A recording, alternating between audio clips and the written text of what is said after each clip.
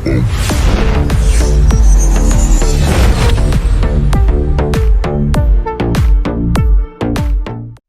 sejahtera, ahli kumpulan kami ialah saya, Li Wen Hao, Liu Ying dan Xiao Zong. Hari ini kumpulan kami akan membentangkan tentang 4 aplikasi prinsip Bernoulli. Aplikasi yang pertama ialah campuran gas dan udara di dalam penurut bangsa. Apabila induk gas dibuka, pacutan gas mengalir keluar dari nozzle dengan laju yang tinggi.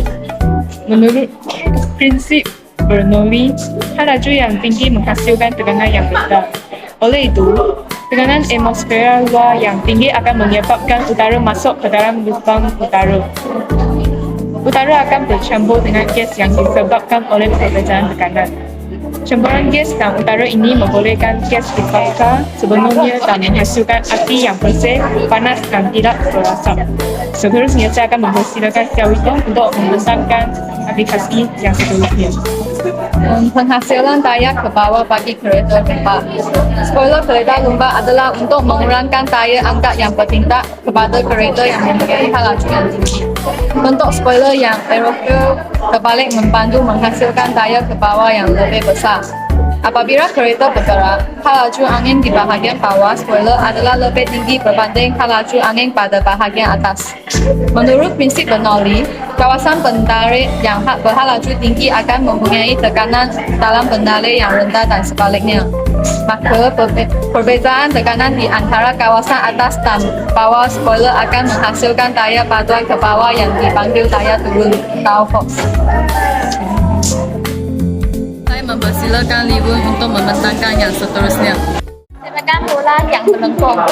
Apabila bola dikenakan momentum yang kuat daripada sepakan bola ini, momentum pelanggaran telah menyebabkan bola itu bergerak ke udara lantas menyimpan tenaga kinetik di samping turut berputar disebabkan sudut sepakan yang sedikit menyimpang.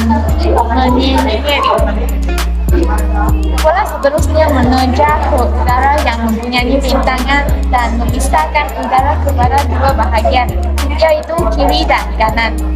Pemisahan bahagian udara ini telah menyebabkan perbezaan tekanan pada kedua-dua bahagian bola disebabkan oleh laju angin yang berbeza pada kedua-duanya. Bola yang berputar ke arah kanan ini telah menaik udara di sekelilingnya lantas menghasilkan satu bahagian yang mempunyai laju yang tinggi. Menurut prinsip Bernoulli, laju bendera yang tinggi akan menghasilkan tekanan yang rendah. Pada bahagian ini pula, laju angin antara rendah menghasilkan tekanan yang tinggi. Disebabkan itu, sebuah kesan magnet terjadi menyebabkan bola tertolak ke kanan disebabkan tekanan yang tinggi ke tekanan yang lebih rendah kerana perbezaan tekanan terjadi. Akhirnya, bola bergerak secara membengkok membentuk abjaksi lantas menerjang gawang gol dengan penuh dramatik yang terselip. Seterusnya saya akan mempersilakan Liu Ying membentangkan yang seterusnya. Penghasilan daya angkat oleh aerofil dan sudut seorang bagi kapal terbang. Bentuk aerofil pada sayap kapal terbang menyebabkan udara mengalir pada kelajuan yang berbeza melalui bahagian atas dan bahagian bawahnya. Menurut prinsip Bernoulli, laju udara yang tinggi di bahagian atas sayap menghasilkan kawasan bertekanan rendah, manakala laju udara yang rendah di bahagian bawah sayap menghasilkan kawasan bertekanan tinggi. Perbezaan tekanan menghasilkan satu daya yang bertindak ke atas kapal terbang. Daya ini dikenali sebagai daya angkat.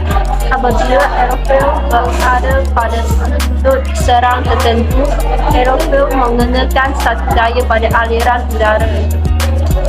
Menurut hukum gerakan Newton ketiga, satu daya tindak balas akan bertindak pada sayap kapal terbang. Daya ini bertindak ke atas kapal terbang dan mengangkatkannya dari landasan. Sekian, terima kasih.